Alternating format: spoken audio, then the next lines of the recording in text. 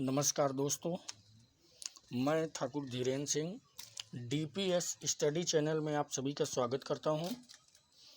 जैसा कि पिछले वीडियो में हमने बहुत सारी ऐसी चीज़ें पढ़ी जो कि टीजीटी, पीजीटी, एमपीटेट वर्ग 1 या वर्ग 2 से संबंधित महत्वपूर्ण क्वेश्चन थे। उसी के क्रम में आज इस वीडियो में हम देखेंगे क्वेश्चन नंबर 11 से।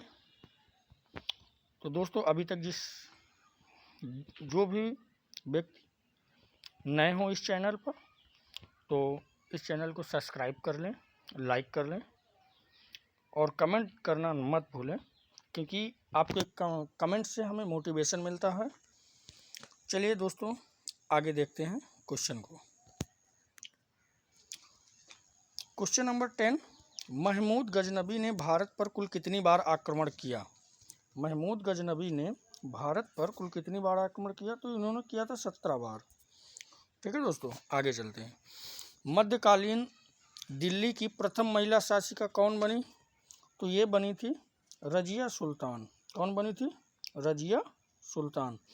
रजिया सुल्तान किसकी पुत्री थी? तो ये इल्तुतमिश की पुत्री थी। किसकी पुत्री थी? इल्तुतमिश इल्तुतमिश की पुत्री थी। इल्तुतमिश की पुत्री थी। चलिए दोस्तों, अगला क्वेश्चन, गंधार महाजनपद की राजधानी कौन सी थी? तो ये गंधार महाजनपद की राजधानी थी तक्षशिला। कौन सी राजधानी थी? तक्षशिला। अगला क्वेश्चन, किस मुगल सम्राट ने न्याय की जंजीर लगवाई थी? तो ये आप सभी लोग जानते हैं। अब कमेंट में उत्तर देना मत भूलिए। इसका सही आंसर है सी नंबर, जहांगीर। अगला क्वेश्चन, अंतिम मुगल सम्राट कौन था? अंतिम मुगल सम्राट कौन था? बहादुर शाह जफर, जिसे अंग्रेजों ने बंदी बना के 1857 की क्रांति के समय इसे बंदी बनाकर रंगून भेज दिया गया था। ठीक। अगला क्वेश्चन, शिवाजी के राजनीतिक गुरु एवं संरक्षक कौन थे? तो इसका सही जवाब होगा दादाजी कोंडदेव। ऑप्शन नंबर बी सही जवाब। अगला क्वेश्चन, किस सिख गुरु की इस्लाम धर्म ग्रहण न करने के कारण औरंगजेब ने हत्या करवा दी थी?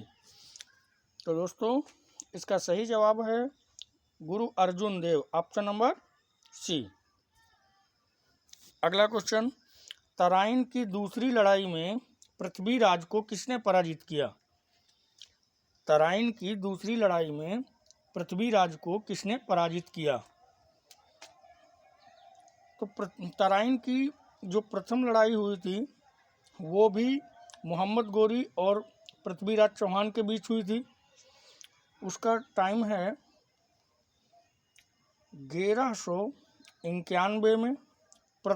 तराइन का प्रथम युद्ध 1191 में और 1192 में तराइन का दूसरा युद्ध हुआ था। ठीक है दोस्तों, तो क्वेश्चन में है क्या? तराइन का प्रथम युद्ध, तराइन का द्वितीय युद्ध। तो ये किसके बीच हुआ था? मोहम्मद गोरी के। किसके? मोहम्मद गोरी के। अगला क्वेश्चन दोस्तों देखते हैं, चौथी बौद्ध समिति का आयोजन किसने किया? चौथी बौद्ध समिति का आयोजन किसने किया? तो ये किसके शासनकाल में हुआ था? ये हुआ था कनिष्क के शासनकाल में। ठीक। और कहाँ हुआ था? तो कश्मीर में। कहाँ? कश्मीर में। जहाँ दोस्तों व्याख्या करने की ज़रूरत होती है वहाँ हम व्याख्या कर देते हैं। चलिए, प्राचीन काल में कलिंग का एक महान शासक था। तो प्राचीन काल में कलिंग का एक महान शासक था, उसका नाम है खारवेल। क्या नाम है? खारवेल। और खारवेल का एक अभिलेख है, उसे कहते हैं हाथी गुफा अभिलेख। क्या? हाथी गुफा अभिलेख। कौन सा? हाथी गुफा अभिलेख। अगला क्वेश्चन, शिवाजी के राज्य की राजधानी कौन सी थी?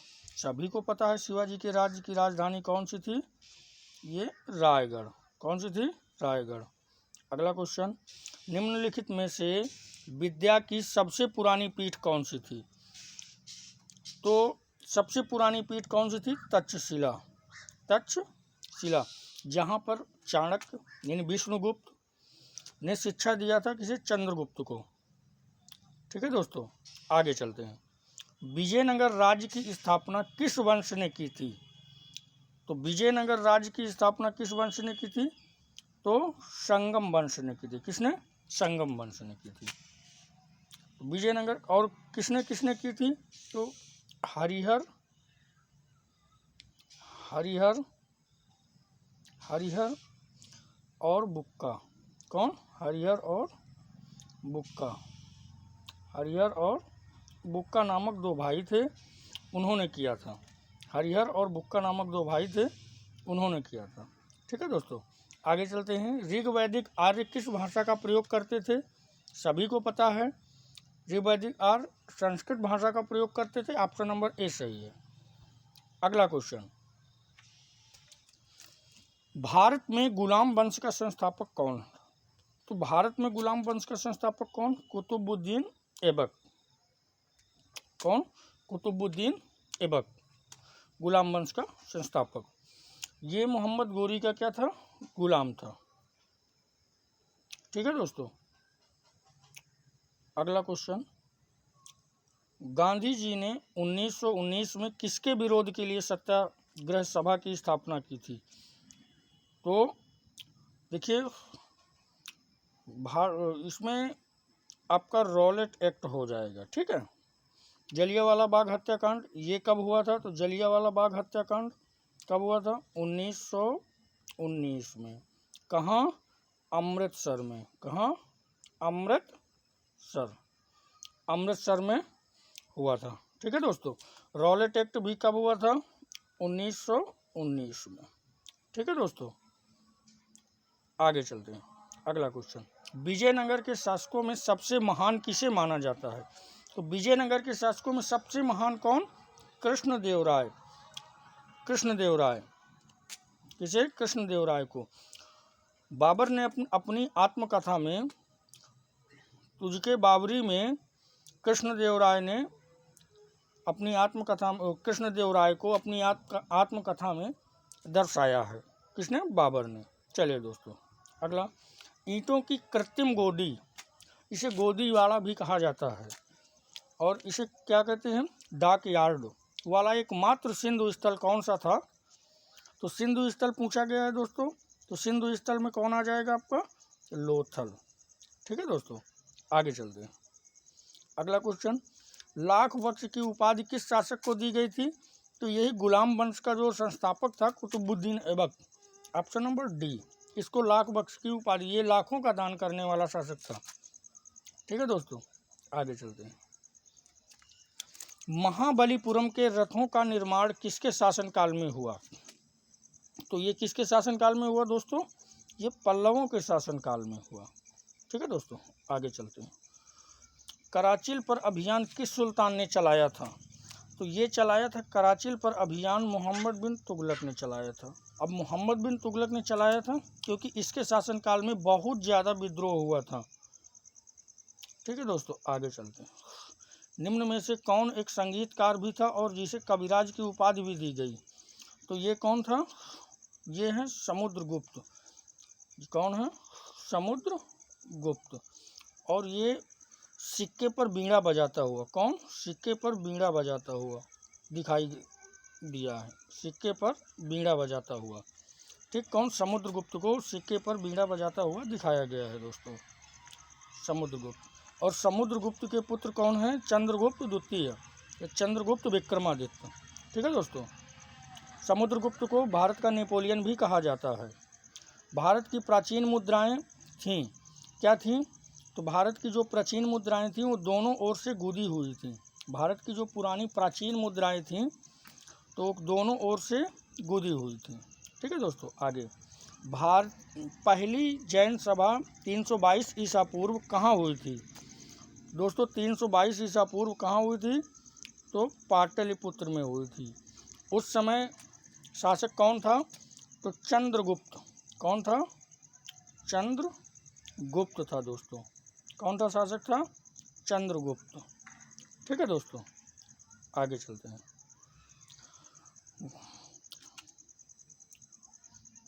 ठीक है दोस्तों, मुझे लगता है गुप्त वंश के सबसे प्रसिद्ध राजा कौन थे? तो गुप्त वंश के सबसे प्रसिद्ध राजा कौन थे? तो गुप्त वंश के सबसे प्रसिद्ध राजा कौन थे? चंद्रगुप्त प्रथम के पुत्र, स्कंदगुप्त के पिता, कुमारगुप्त के दादा, या समुद्रगुप्त के पुत्र। तो मैंने आपको बताया कि चंद्रगुप्त विक्रमादित्य कौन थे? समुद्रगुप्त के पुत्र थे, तो वही महान राजा थे। ठीक है दोस्तों, आगे चलते हैं। चंद्रगुप्त विक्रमादित्य कौन थे? देखिए ये क्वेश्चन आ गया, तो कौन थे ये? समुद्रगुप्त के पुत्र थे। ठीक है दोस्तों, आगे चलते हैं। हड़प्पा संस्कृति की मुद्राओं एवं पक्की मिट्टी की कलाकृतियों में किस पशु का चित्रण नहीं किया गया? तो दोस्तों इनमें देखिए हाथी का चित्रण किया गया, बाघ का किया गया, गैंडा का किया गया और भैंसा का भी किया गया, लेकिन गाय का चित्रण नहीं किया गया। ठीक है, हाथी, बाघ, गैंडा इनका किया गया, लेकिन गाय का चित्रण नहीं किया गया। आगे, हर्ष किस स्थान पर प्रति 5वें वर्ष दान पुण्य करता था? तो हर्ष प्रत्येक 5वें वर्ष कहाँ? प्रयागराज। कहाँ? प्रयागराज इलाहाबाद में। कहाँ? प्रयागराज इलाहाबाद में प्रत्येक 5वें वर्ष आकर के दान किया करता था। ठीक है दोस्तों, आगे चलते हैं। अगला क्वेश्चन, चिकित्सा की प्राचीन पद्धति का संबंध निम्न में से किसके साथ जुड़ा हुआ है? देखिए दोस्तों, चिकित्सा की तो ये है चरक राजवैद्य थे। ठीक है दोस्तों, अगला, निम्न में से कितने बृहद शिलालेख अशोक के प्राप्त होते हैं? तो दोस्तों अशोक के बृहद शिलालेख 14 बृहद शिलालेख प्राप्त होते हैं। ठीक है दोस्तों, अगला क्वेश्चन, भारत पर सर्वप्रथम आक्रमण निम्न में से किसने किया था? तो दोस्तों सर्वप्रथम आक्रमण किसने किया था? तो अरबों ने किया था। सर्वप्रथम आक्रमण किसने किया? अरबों ने किया था। ठीक है दोस्तों, आगे, निम्नलिखित में किसने सर्वप्रथम सती प्रथा का उन्मूलन किया? दोस्तों सती प्रथा का उन्मूलन लॉर्ड विलियम बेंटिंक ने कानून बनाकर किया था और इनका सहयोग किया था राजा राम मोहन राय ने। किंतु सर्वप्रथम पूछा है तो सर्वप्रथम किसने? अकबर ने। ठीक है दोस्तों, अगला क्वेश्चन, निम्नलिखित में से किस मुगल शासक ने पुनः जजिया कर आरंभ कर दिया था? तो दोस्तों ये है औरंगजेब। कौन? औरंगजेब ने पुनः जजिया कर लगा दिया था। ठीक है दोस्तों, और ख़त्म किसने किया था? तो ख़त्म किया था दोस्तों अकबर ने ख़त्म कर दिया था। ठीक है दोस्तों, फिर औरंगजेब ने फिर दोबारा लगा दिया। इब्न बतूता को मोहम्मद तुगलक ने किस देश में राजदूत के रूप में भेजा था? तो दोस्तों इब्न बतूता को कहाँ भेजा गया था? चीन भेजा गया था। इब्न बतूता की एक प्रसिद्ध पुस्तक है, उसका नाम है रेहला। क्या नाम है दोस्तों? रेहला नाम है। ठीक, रेहला। रामचरितमानस के रचयिता तुलसीदास निम्न में से किस शासक के समकालीन हैं? दोस्तों महत्वपूर्ण प्रश्न है ये, तो ये है अकबर के समकालीन। ठीक है दोस्तों, अगला क्वेश्चन, पद्मावत के रचयिता, ये सभी को पता है, मलिक मोहम्मद जायसी हैं। ठीक है दोस्तों, अगला क्वेश्चन, भारत में मध्यकाल के दौरान युद्ध में तोपों का प्रयोग करने वाले पहले शासक कौन थे? दोस्तों सबसे पहले भारत में बारूद का प्रयोग किसने किया? बाबर ने किया। ठीक है दोस्तों, अगला क्वेश्चन, मौर्य वंश के अंतिम राजा कौन थे? मौर्य वंश के अंतिम राजा कौन थे? ये थे बृहद्रथ। ठीक है दोस्तों, अगला, प्लासी के युद्ध के समय बंगाल के नवाब कौन थे? देखिए दोस्तों, प्लासी के युद्ध के समय बंगाल के नवाब सिराजुद्दौला थे। क्यों? क्योंकि जो प्लासी का युद्ध है सिराजुद्दौला और किसके बीच हुआ था? रॉबर्ट क्लाइव के बीच, किसके बीच? रॉबर्ट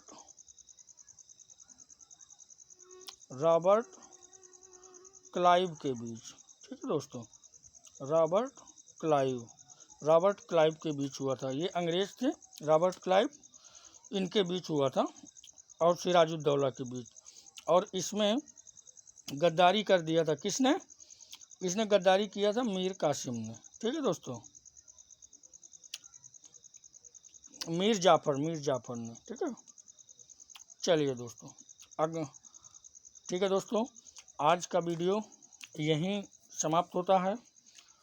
और दोस्तों आप सभी को मन लगाकर पढ़ना है। देखिए, कोई भी लक्ष्य कमज़ोर नहीं होता। आप मन लगा कर के पढ़ेंगे, कोई भी लक्ष्य ऐसा नहीं है जिसे प्राप्त नहीं किया जा सकता।